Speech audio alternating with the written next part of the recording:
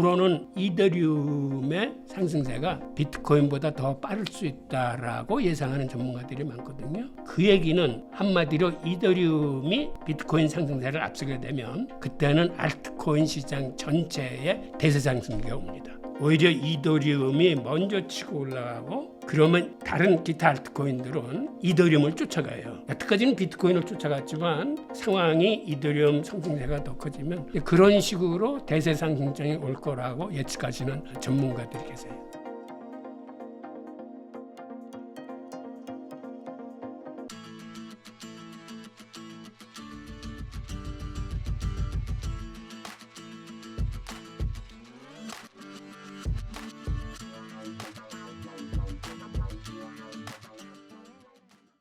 ETF가 출시에도 불구하고 현재 이더리움 가격이 하락하는 이유가 있을까요? 비트코인 현물 ETF가 출연했을 당시하고 지금 똑같은 이유입니다. 무슨 얘기냐면 그레스케일이 기존의 이 펀드를 갖고 있어요. 그러다 보니까 그 펀드에서 ETF로 갈아타려는 이런 움직임이나 그 펀드 자체에 투자한 사람들이 거기는 한번 들어가면 의무적으로 6개월 이상 묶어둬야 돼. 그러다 보니까 차익 실현을 한 사람들이 많아요. 그래서 지금 차익 실현 욕구가 나와서 비트코인 현물 ETF가 나왔을 적에도 그레스케일의 매도세가 크기 때문에 한 2주간 정도는 굉장히 가격이 떨어졌었어요. 지금 이더리움이 그때하고 현상이 똑같습니다. 그래서 이런 시기를 좀 이겨내고 지금 매도 폭탄이 좀 잠잠해지면은 이거는 다시 상승세를 탈 가능성이 있어요. 그리고 많은 전문가들이 지금 어떤 예상을 하냐면 이더리움 ETF의 상승 속도가 과거 비트코인 현물 ETF의 상승 속도보다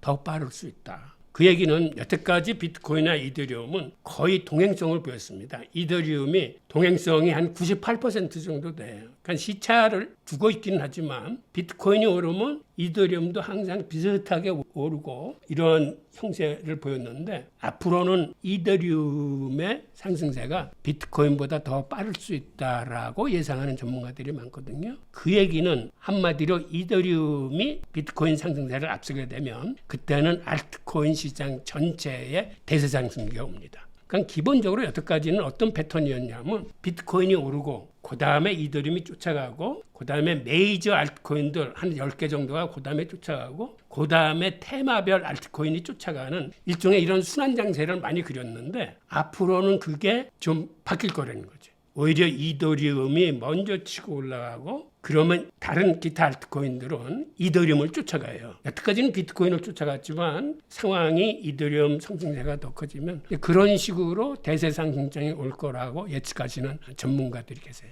말씀하신 대세 상승장의 시기를 알 수 있을까요? 시기는 그거는 신의 영역이야.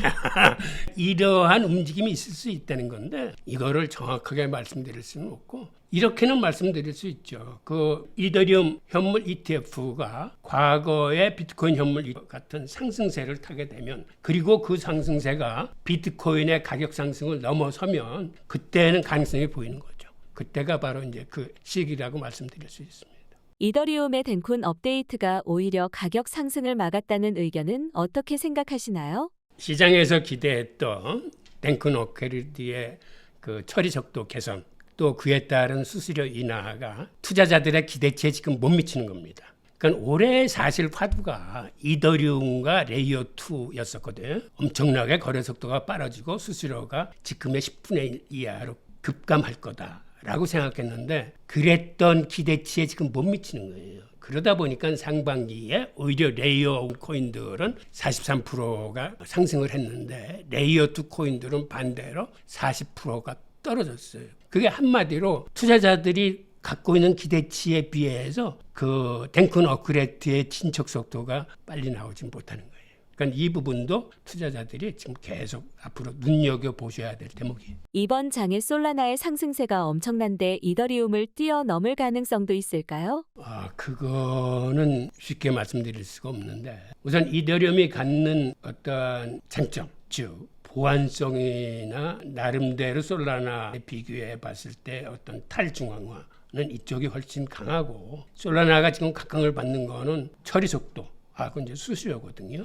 근데 솔라나도 지금 이제 민코인이나 다른 코인들의 부하가 걸리면서 이쪽도 메인넷 비용이나 이런 것들이 막 올라가고 있어요. 그래서 이쪽 진영에서도 무슨 얘기가 나오냐면 우리도 이런 수수료 같은 걸 더 싸게 하기 위해서 이더리움처럼 롤업 기술 같은 거를 받아들여서 레이어 2 코인에서 처리하는 거를 더 늘려가지고 어떻게 가격을 좀 더 낮게 가보자 하는 얘기들도 나오고 있는데 지금 반면 솔라나 그 재단 측에서는 롤업 기술을 채택하지 말고 그 머신러닝 그거를 활용해서 처리 속도를 좀 더 끌어올리자라는 쪽으로 지금 의견이 이제 대립하고 있는 상황이거든요. 하여튼 이런 것들을 종합적으로 볼 때 앞으로 이더리움과 솔라나 간의 경쟁은 어느 쪽이 기술의 진보를 더 빨리 가져오느냐. 두 개가 다 지금 업그레이드나 이런 기술적인 문제로 난항을 겪고 있는데 어느 쪽이 투자자들이 원하는 방향으로 더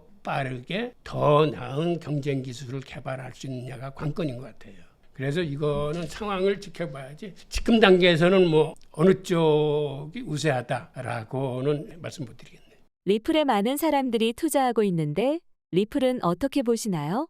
리플은 사실 좀 말을 아끼고 싶은데 왜 그러냐면 리플은 사실은 시장의 수급의 문제가 아니라 이건 정치적인 문제예요. 왜 그러냐면 리플이라는 건 탄생 목적 자체가 이거는 탈중앙화 코인이 아니고 완전히 은행을 겨냥해서 나온 중앙화 코인이에요. 즉 은행의 송금을 대체하겠다. 그리고 실제로 리플의 송금 효율성이 훨씬 뛰어납니다. 그러다 보니까 어떤 문제가 발생했냐면 미국이 스위프트 시스템으로 지금 세계 결제 시장을 이끌어 가는데 리플이 그 자리를 차고 들어오면 미국 정부가 주도하는 스위프트 시스템이 붕괴될 수뿐이 없어요. 그러니까는 지 같은 데가 이것저것 이유를 만들어서 리플을 꼼짝 못하게 올가매는 거예요. 그러니까 이게 정말 정치적인 문제예요. 이 문제가 해결이 돼야 그다음에 리플이 자유로울 수 있어요. 이 문제가 해결되지 않고 질질 끌려가는 한 리플을 시장 수급 논리로 판단하기는 힘들어요. 포트폴리오의 30%는 테마별 대장 알트를 투자하는 게 좋다고 말씀하셨는데 각 테마별 대장 알트를 알려주실 수 있을까요? 그거는 코인게코 같은 데 들어가면은 카테고리별로 이렇게 나눠져 있어요. 그 카테고리에서 예를 들어 RWA 코인 치면 RWA 코인이 뭐 온더 파이낸서부터 쫙 나옵니다. 그 중에서 사실은 시총이 가장 높은 게 일트코인이 가능성은 있는데 근데 이거는 사람마다 보는 눈이 좀 틀리기 때문에 일부에서는 지금 이거는 너무 과대 포장됐다. 혹은 앞으로의 성장성은 이게 더 높을 수 있다. 그러니까 그 다음 단계는 여러분들이 공부를 하셔야 돼요. 온더 파이낸스, 그 다음 시총들의 코인을 한 서너 개 정도 공부해가지고 자기 확신이 서야 됩니다. 마찬가지로 인공지능 코인들도 마찬가지예요. 그 중에서 한 서너 개 골라서 공부를 하셔야 되고 그 다음에 데핀도 마찬가지고 그 다음에 민코인이 가장 큰 상승세를 보였는데 올 초에 거의 한 1800%가 올랐어요. 근데 저는 사실은 초보자분들한테 민코인을 추천하지는 않습니다. 왜 그러냐면 민코인은 사실은 본질적인 펀더멘탈이 없는 코인이야. 이건 유행을 따르는 코인이야. 이건 한 번 폭락하면 끝간데 없이 폭락할 수 있는 코인이 되나서 저는 이렇게 변동성이 큰 코인은 가급적 우리 입문하시는 분들은 설사 상승률이 높더라도 그거는 좀 멀리 하셨으면 하는 그런 바람입니다.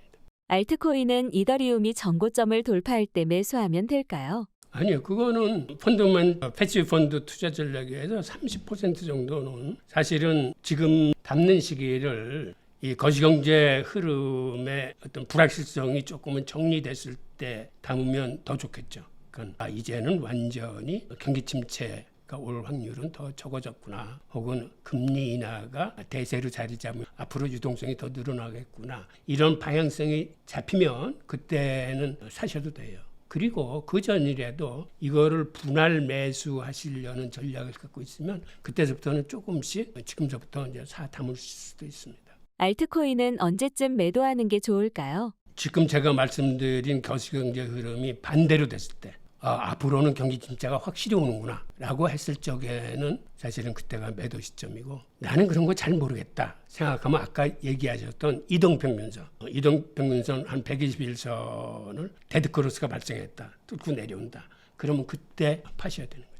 경기 침체의 가능성을 어느 정도로 보고 계신가요? 저는 사실 반반이에요. 많은 지표들이 경기 침체의 가능성을 보여주고는 있지만 미국 경비가 워낙 좋고 그중에서도 7대 빅테크 기업들의 상승세가 계속되고 있기 때문에 그리고 지금 엔비디아 같은 어떤 인공지능 분야도 지금 고점이다. 이것도 붕괴될 수 있다라는 얘기들이 있긴 하지만 그래도 앞으로 상당 기간 인공지능이라거나 에너지 분야 등등은 세계 경제를 이끌 만한 충분한 어떤 그러한 소재가 될 것 같고 그 다음에 7대 기업 지금 하고 있는 이런 사업들이 굉장히 앞으로도 성장 가능성이 높은 사업이라고 보거든요. 그 데이터 센터나 클라우드 산업이나 뭐 이런 것들이 그래서 경기 침체가 오느냐 마느냐 지금 이 불확실성을 가늠하기에는 우리가 좀 더 지켜봐야 될 것 같아요. 곧 출간될 모든 돈의 미래 비트코인에 대해 소개 부탁드립니다. 모든 돈의 미래 비트코인이라는 제 책이 다음 달에 이제 출간될 예정인데 이거는 인류의 화폐 역사를 통사적으로 한번 쭉 훑은 겁니다. 그 과정에서 어떻게 실물 화폐가 피아트 머니, 신용화폐가 됐고 그런 과정에서 어떤 문제들이 불거졌는지 왜 유명한 경제학자들은 다 같이 그렇게 세계화폐를 원하는지 그리고 기존의 기축통화 세계에서는 왜 인플레이션이 그렇게 많이 발생하고 통화 교란으로 인한 그런 금융위기가 자주 발생했는지 그리고 그 과정에서 탄생한 비트코인은 어떻게 해서 인플레이션을 막고 금융위기를 막을 수 있는지 이런 과정을 쭉 추적하면서 여러분들이 힘들여 논리적으로 파지 않아도 기본적인 어떠한 비트코인에 대한 이해가 자연스럽게 이해될 수 있도록 제가 한번 써본 책입니다. 마지막으로 성정길 구독자분들께 한 말씀 부탁드립니다.